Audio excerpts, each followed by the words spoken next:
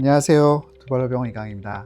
족저근막이라고 하는 단어는 사실 많은 사람들이 들어봤을 겁니다. 보통 우리가 이제 뒤꿈치가 아프다라고 하잖아요. 뒤꿈치가 아플 때 대부분 이제 족저근막염이라고 하는 병을 생각하게 되는 겁니다. 근데 사실 우리가 뒤꿈치가 이렇게 아플 만한 병들이 되게 많아요. 족저근막에 염증도 있고요. 족저근막 섬유종이라고 해서 그 족저근막 안에 혹이 생기는 경우도 있고, 그 외에도 지방패드 증후군이라고 해서 그 족저근막 주위에 어떤 지방패드가 염증 생기는 경우도 있을 수가 있고요.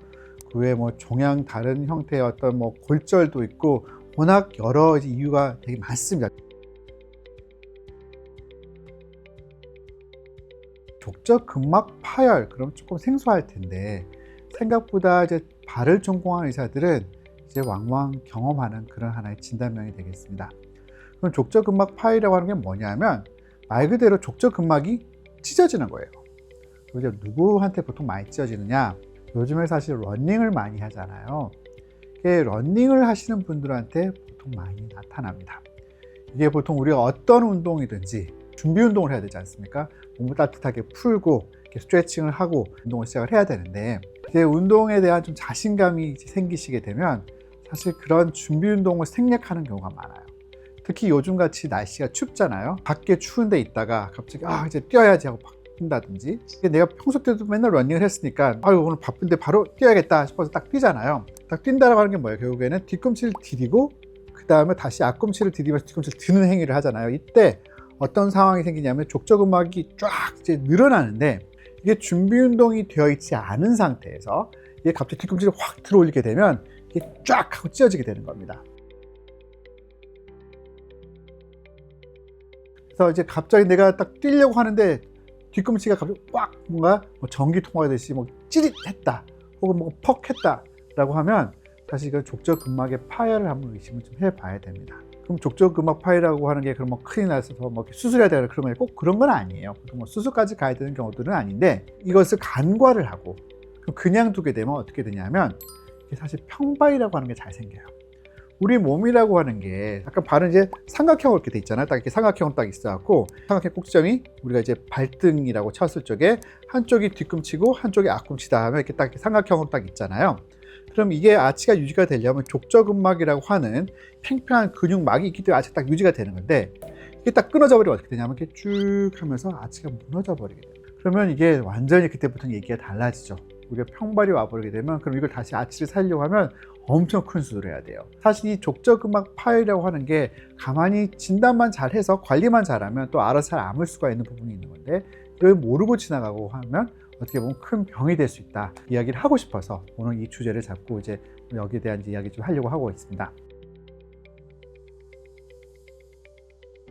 족저근막 파열이라고 하는 걸 우리가 어떻게 아느냐? 일단 뒤꿈치 통증이 있는 건데 정말 아파요. 만지기만 해도 아프다고 표현합니다. 몇 발 좀 디디면 좀 아팠다가 또 안 아팠다, 그 정도 수준이 아니에요. 근데 가끔씩은 좀 통증에 대해서 무디신 분들 있죠. 첫 한 1, 2주일은 정말 아팠다가 그 사이에 조금씩 아물기 시작해 버리게 되면 또 안 아프니까 또 러닝을 시작하시는 거죠. 그럼 러닝을 하다 보면 어떻게 되냐면 파열이 된 걸 모르고 통증이 별로 없으니까 발의 아치라고 하는 게 자꾸 움직이니까 점점 결국에 무너져 버리게 되는 겁니다. 그렇게 해서 한 6개월, 1년 지났는데 뭔가 이상하다, 뭔가 전체적으로 몸이 뭐가 다른 것 같아요 하면서 또 병원에 와서 보니까 한쪽 발은 정상인데 한쪽은 평발이 왔는 그런 경우도 있고, 딱 그 뒤꿈치는 계속 아프다라고 이야기를 하는 겁니다. 또 하나가 이제 드물긴 한데 주사 치료도 많이 하잖아요. 특히 우리나라 사람들 같은 경우가 조금 주사를 좀 많이 좋아하죠. 우리는 어디 몸살 난다 아프다 그러면 주사 한 대 딱 맞고 좀 나았으면 좋겠다. 수병 났다 그러면 수액 하나 맞고 회복이 되고. 그럼 사실 말 그대로 우리나라 사람들 자체가 좀 주사를 좋아하는 것 같아요. 제가 이걸 일반화 시킬 수 있는 부분은 아니지만 좀 그런 것 같습니다. 이게 족저근막도 마찬가지인 게 일단 아프니까 병원 와서 주사 한 대 맞고 빨리 낫고자 하시는 분들이 상당히 많아요. 저한테도 제 외래 진료실에 뒤꿈치 아프다고 와서 다른 데서 주사 한 대 맞았다고 막 난다는데 저는 여기서 하면 안 되나요? 그러는데 저는 웬만하면 사실은 이제 주사를 잘 놓지는 않는 편입니다. 물론 필요한 경우는 놓긴 하지만, 그 놓는다 하면 이거를 이제 그냥 딱 주사를 놓는 게 아니라 이제 초음파라고 하는 기계를 해서 딱 아주 안전한 지점에 놓는데요. 어디 가서 침도 많이 맞으시고 이게 다양한 이제 주사 치료를 하게 되는데, 이 주사 자체가 어떻게 보면 뾰족한 거잖아요. 그럼 그게 족저근막 주위를 이렇게 찌르게 되면 미세 손상이 오겠죠. 근데 그걸 또 모르고 주사 맞으니까 또 일단 안 아프니까 또 바로 뛰는 겁니다. 그러면 또 그게 미세 손상이 온 상태에서 이게 디뎌버리게 되면 또 찢어질 수가 있는 그런 상황이 올 수가 있어요. 그래서 저는 가능하면 만약에 뒤꿈치가 아파갖고 좀 주사를 맞았다, 그럼 꼭 뛰는 거는 좀 몇 주는 좀 휴식을 좀 하라고 해요.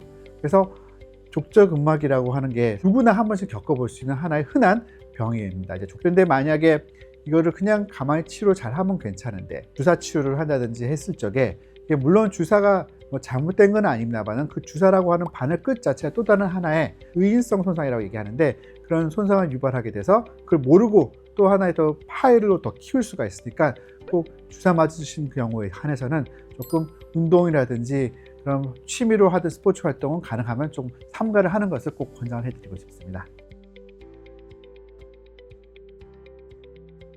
사실 수술하는 경우는 사실은 거의 없어요. 이게 결국에는 족저근막 파열로 인해서 그 염증이 너무 심해져 버리게 되면 그 염증을 청소하는 사실 수술하지, 그 파열이 한번 되면 딱 칼로 베듯이 탁 끊어지는 게 아니라 밧줄 터듯이 이렇게 팡 하고 터져 버립니다. 그럼 이 팡 터진 걸 어떻게 일일이 꼬맬 수가 없거든요. 말 그대로 그런 엇비슷한 자리에 놓고 기부스를 해갖고 디리지 않게끔 하면 알아서 잘 아물어요.